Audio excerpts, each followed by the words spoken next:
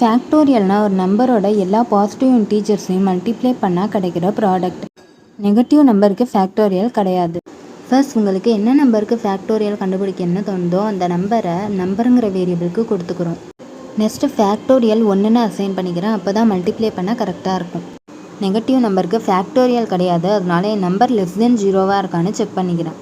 If condition fail ஆனால் எனக்கு else part ஒர்க்கா. சப்போஸ் என்னோட நம்பர் 5ன்னு கொடுத்தா நான் 1லேருந்து 5 வரைக்கும் எல்லா நம்பரையும் மல்டிப்ளை பண்ணால் அதுதான் ஃபேக்டோரியல்னு சொல்லுவோம்.